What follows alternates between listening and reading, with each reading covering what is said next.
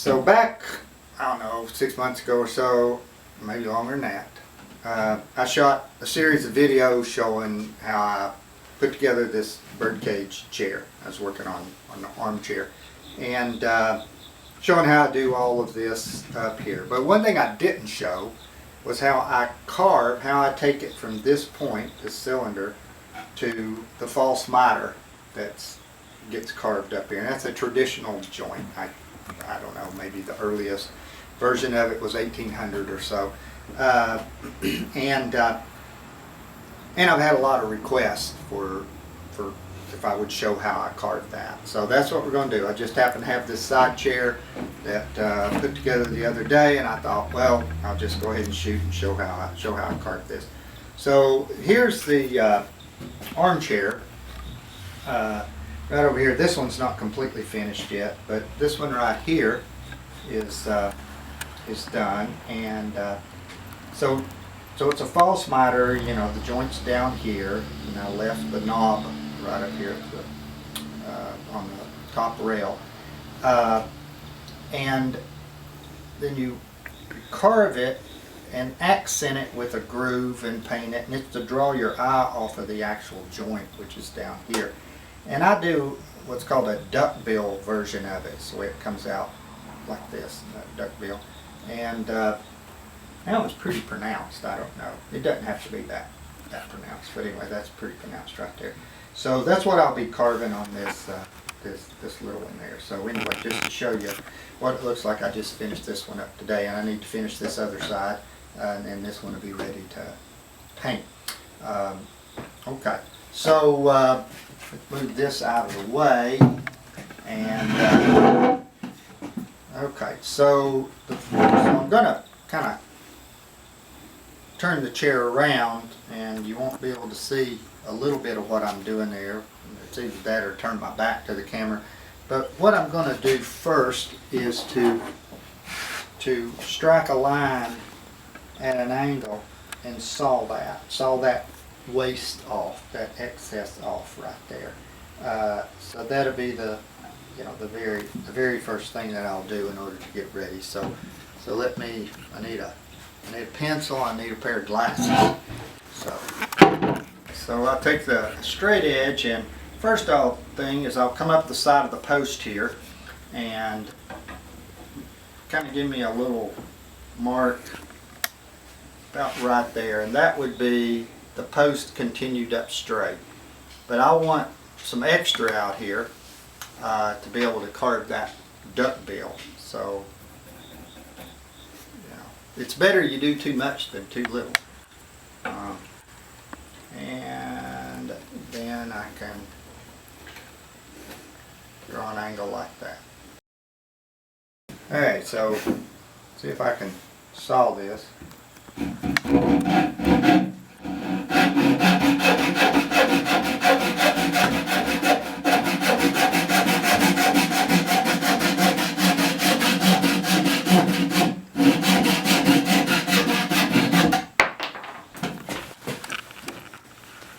Don't want to fall on that. Okay, let's see. Need a draw knife and a pad to put the foot on. Okay, so first thing we're going to do is give this round knob some order. Give it some reference points. So I call it blocking. We're going to block it in, give it some reference points so we can know where we're going. Kind of hard to know where you're going just in that round. So if you look straight over the post, that's going to be the high point out there, right there. Now the first thing I'm going to do is I'm going to flatten off this back, something about right like that, even with the post. And then I'll flatten off the front, even with the post. And that's going to give me two flats for a reference. Draw knife. That's the way you do that. Let's see, then how do you hold it?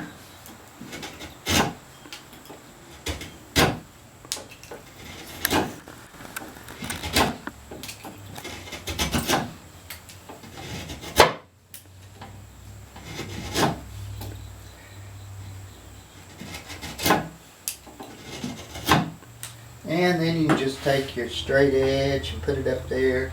See, I got a little ways to go.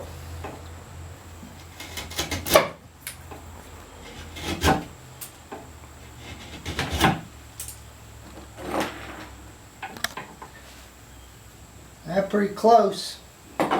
Maybe just a cut more. So I'm flush here with the rail. So right there, I'm dead on that rail.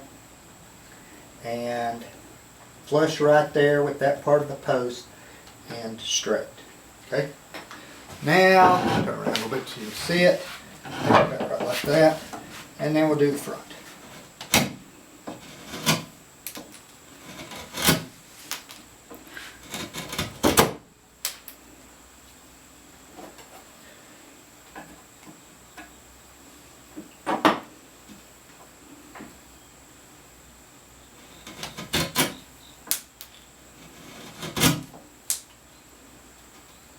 Okay, I'm flush on both those points.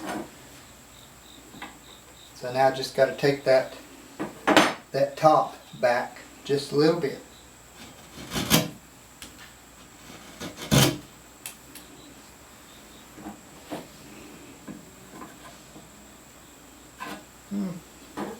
Tad more.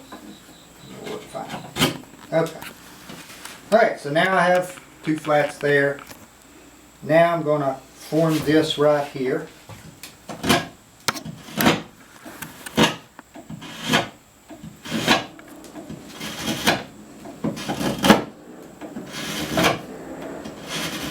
Got hard maple end grains. Pretty tough, but a good sharp draw knife can handle it.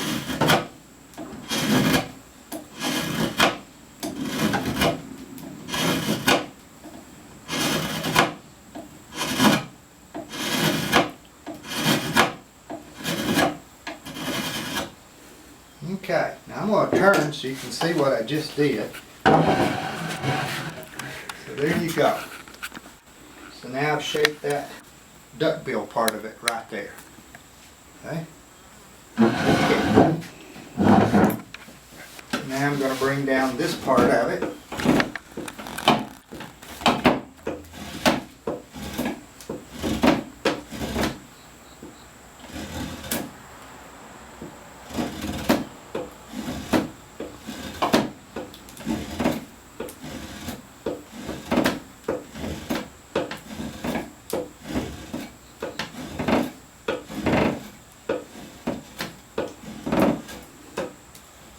Okay, so now I'm flush with the top right there, and yeah, I guess that's good enough. Okay, now I'm going to knock the corners off. So same way as I do, if you've ever seen me do a spindle, I take the rived out piece to the square first, and then I turn it into an octagonal. And just reference points is what that's all about. So that's what I'm going to do right now.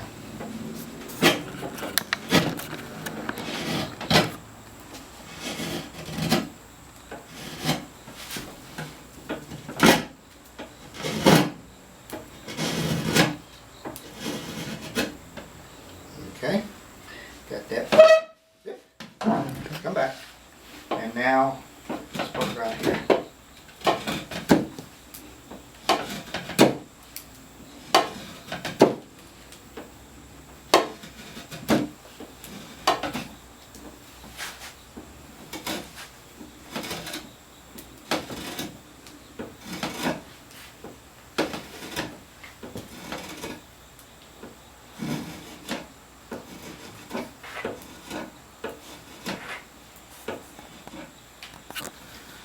Okay, now it's starting to look like something. Now I can just go ahead and round it with the draw knife.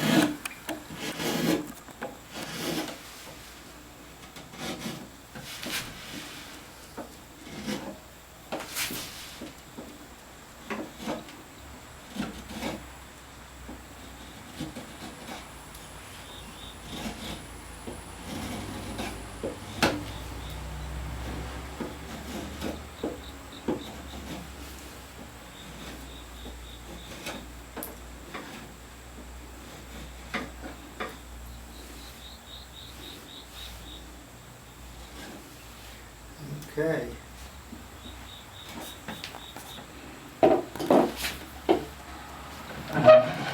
So, got that roughed in now.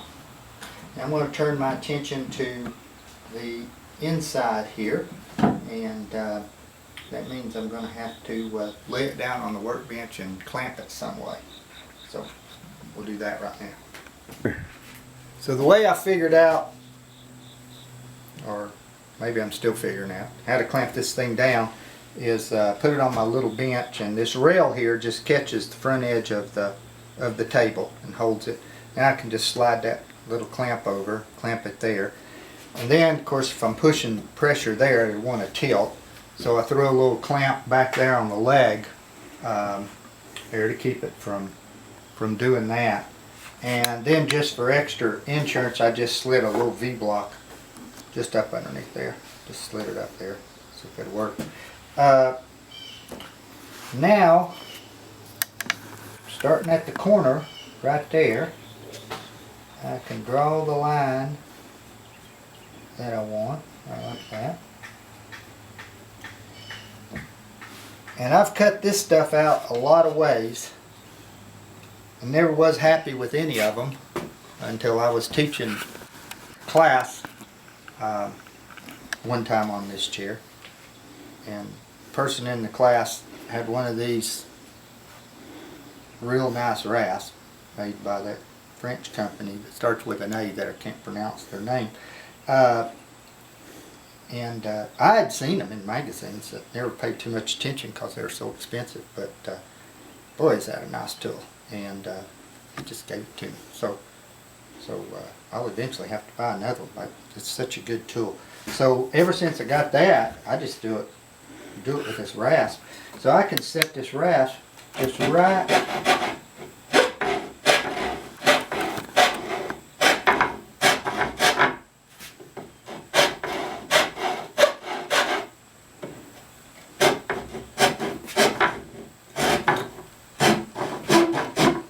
okay. Now it's created two parts. One part now belongs to the crest rail.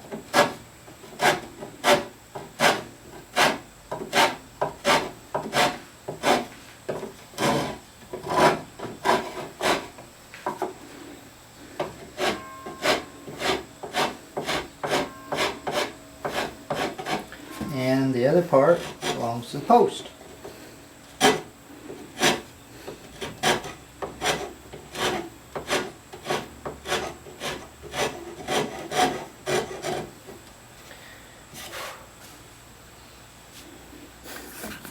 That's it. It's pretty simple. It's real simple. And so, you know, now you can take your rasp and round that and blend that in right there. Come over here, bend this one in.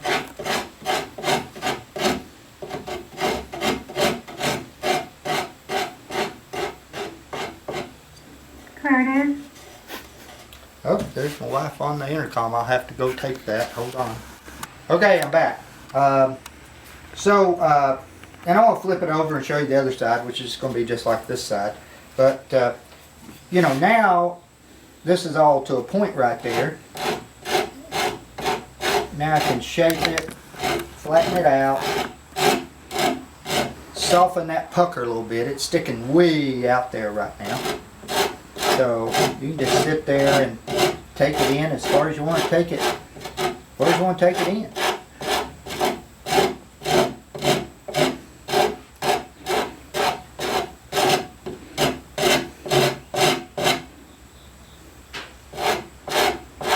Maybe just a little bit more. Okay, so now I have a nice flap there to continue the groove at. So I guess with the rasp you just want to cut on the push stroke. It doesn't do anything on the pull stroke except maybe dull the tool. Hard to get used to, but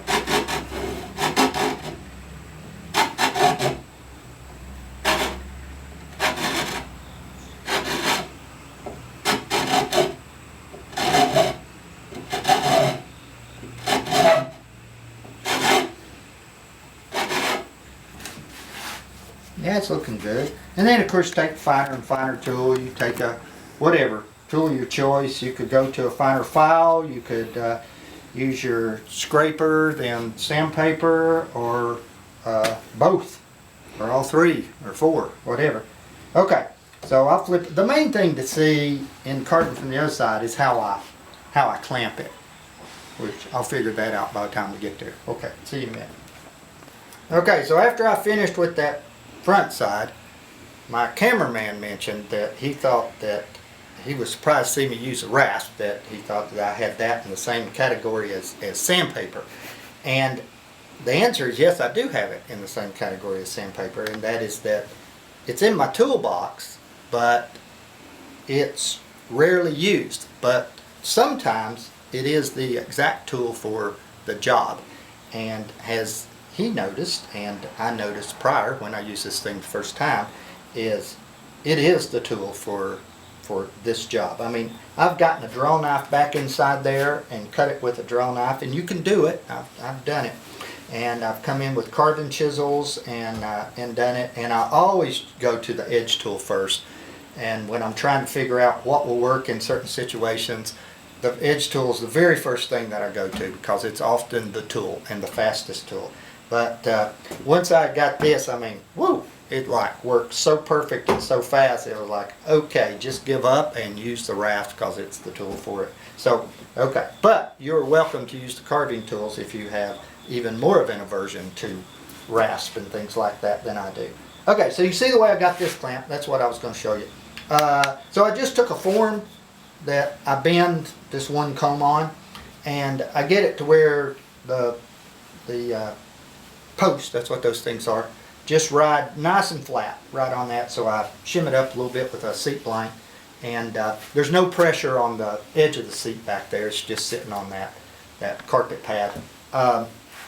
And then you could, you might have seen me use a ratchet strap, one of those tie downs to tie down chairs before, and you could use that here. You could just pull it right around the seat if that's what you got. If you don't have a clamp, but I had these clamps over there and the ratchet straps out in my truck, so just pop those things right on there, and it works good. Holds it just nice and steady.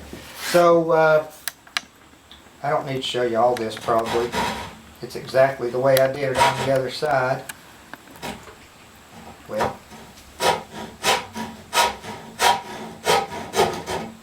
you don't want to cut too deep up into there. Just deep enough. So there we go. Got it separated into two parts.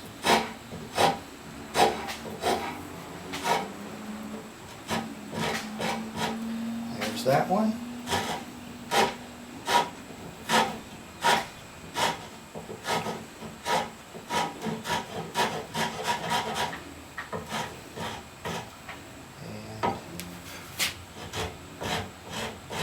Come out here, work on that, and I mean, you get all that, and come here and flatten this side and get that duckbill shaped good, but the work's done. The rest of it is just taking all the scratches out of it, so you don't need to see me sit here and do that. Well, anyway, go carve a false miter. Bye.